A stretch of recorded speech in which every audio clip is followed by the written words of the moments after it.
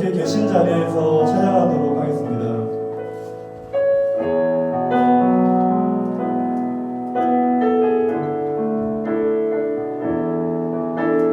이렇게 고백합시다. 하늘의 문을 여소서.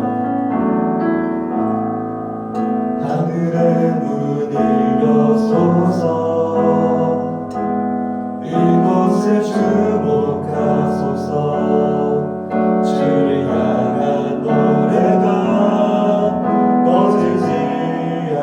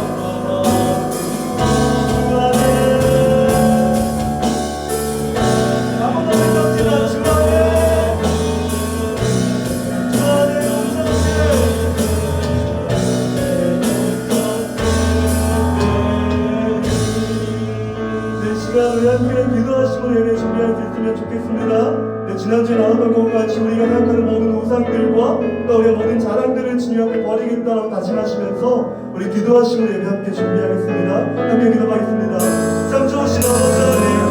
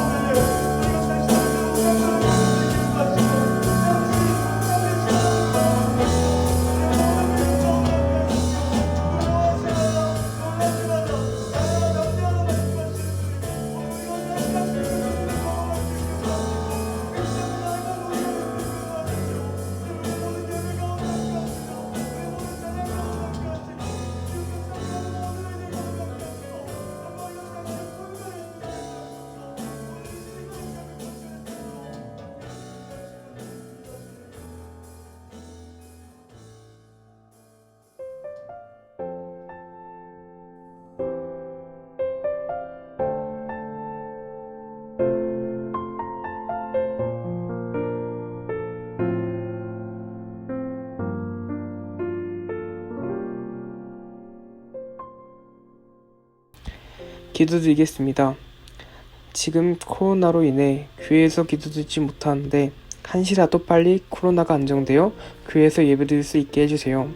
또한 집에서 예배드리는 사람들이 진심으로 찬양하고 예배드릴 수 있게 해주시고 지금 이 시간 하나님을 믿는 시간이 얼마나 귀하고 은혜인지를 우리 모두가 알기를 소망합니다. 말씀 전하시는 목사님께서 주의 은혜가 있게 하시며 모든 영광을 우리 주님께 올립니다. 예수의 이름으로 기도드렸습니다. 아멘.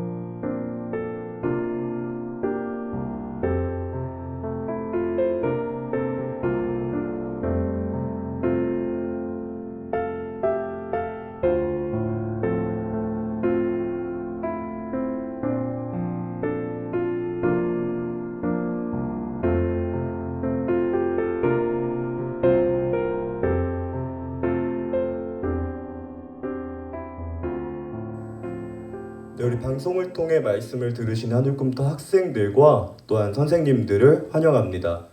네, 지난주에 이어 동일하게 이번 주도 기도원 이야기를 함께 나눠보고자 합니다.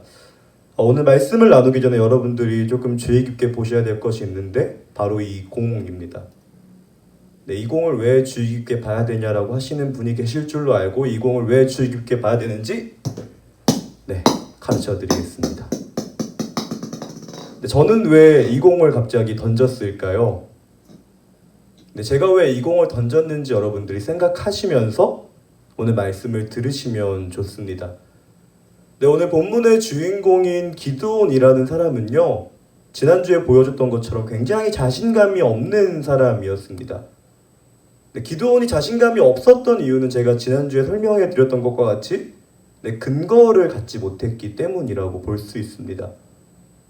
그래서인지 하나님께서는 기드온을 사용하실 때 반드시 명확한 근거를 주셨습니다.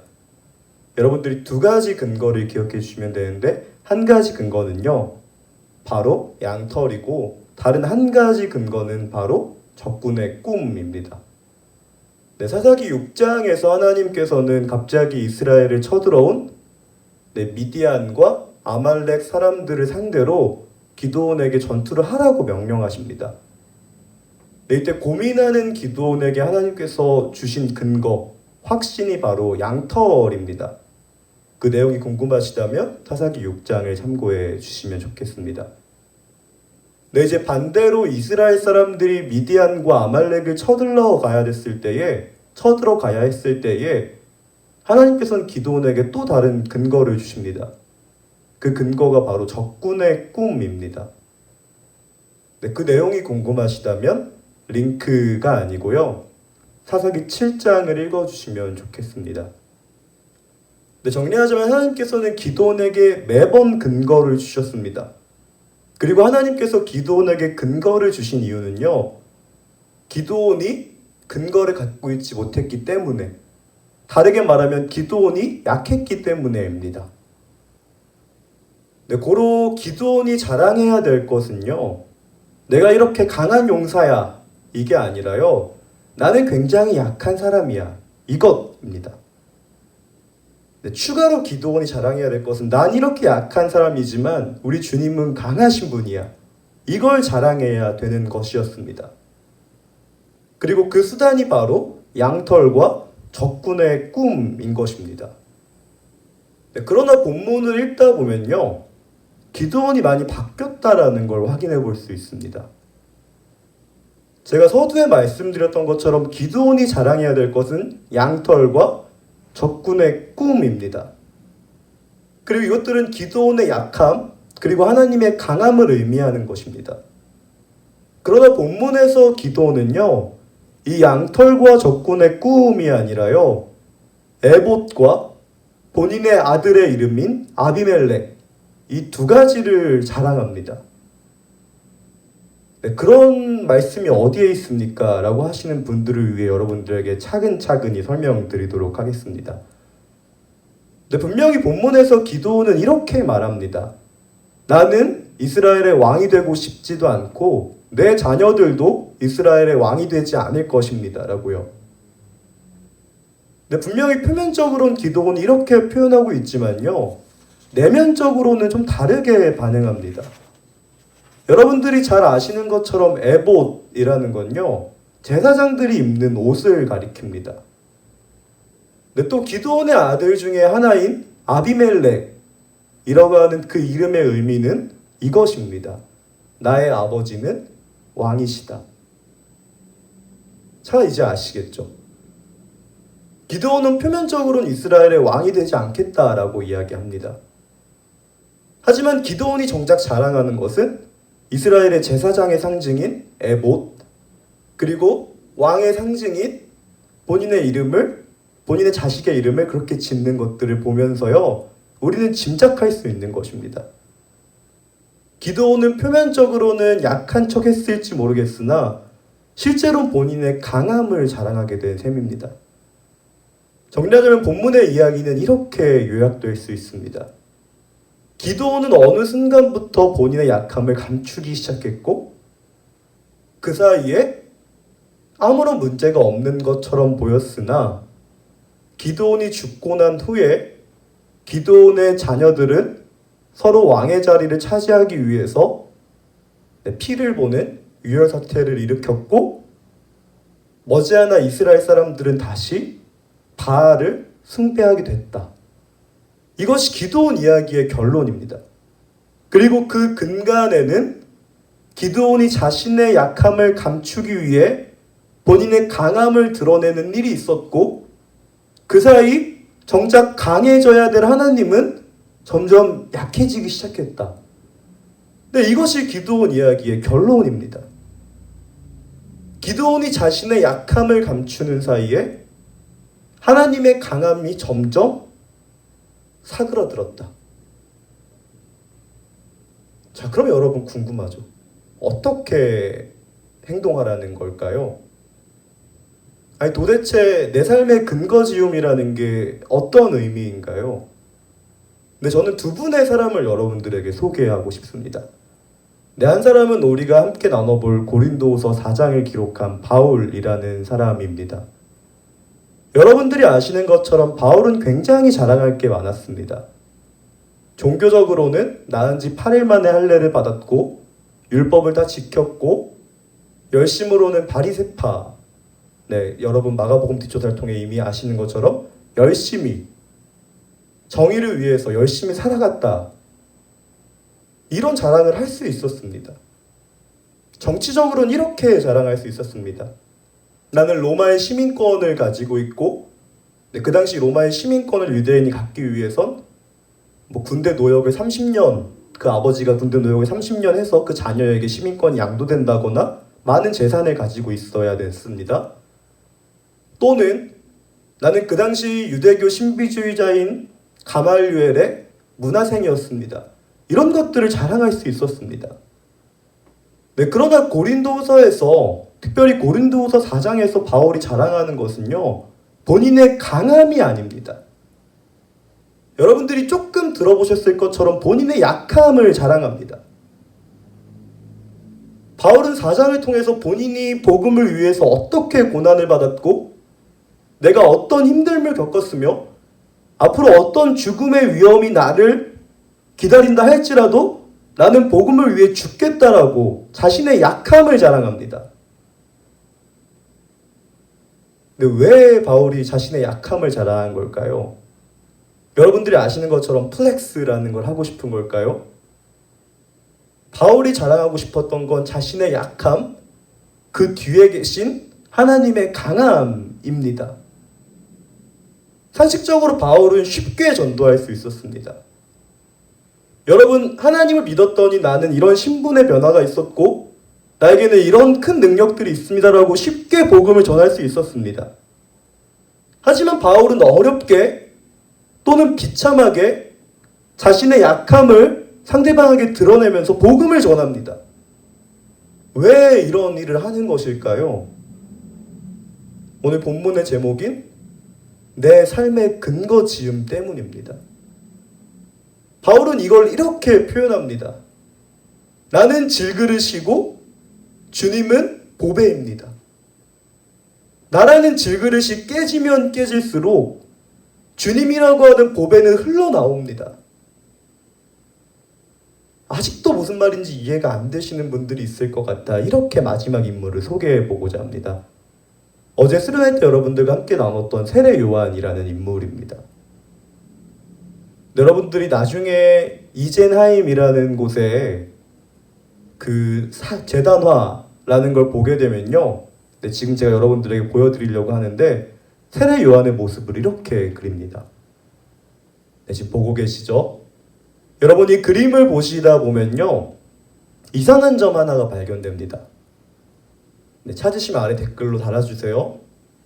제가 선물을 드리도록 하겠습니다. 네, 세례 요한의 얼굴보다, 또는 세례 요한의 얼굴만큼이나 손가락이 크다라는 것입니다.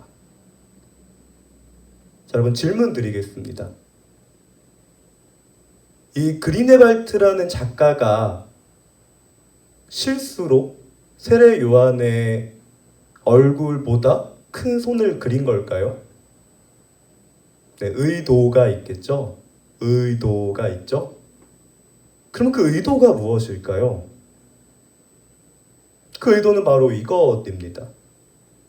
세례 요한 자신보다 자신의 손이 가리키는 주님이 더 중요하다, 또는 소중하다, 또는 가장 귀하다라는 걸 나타내기 위해서 세례 요한의 머리보다 손을 크게 그린 거겠죠. 가르친 이 손을요. 근데 제가 어제 말씀드렸던 것처럼 세례 요한의 삶의 근거는요, 본인 자신이 아니라 예수님이었습니다. 말씀을 이렇게 정리해 보도록 하겠습니다. 근데 제가 조금 전에 공을 던졌습니다. 여러분들은 많은 생각을 하셨을 거예요. 왜 던졌지? 관심을 끌려고 하나? 아니면은 공놀이를 하고 있나? 마음을 던지고 싶은 건가? 감사합니다. 많은 생각을 하실 수 있습니다.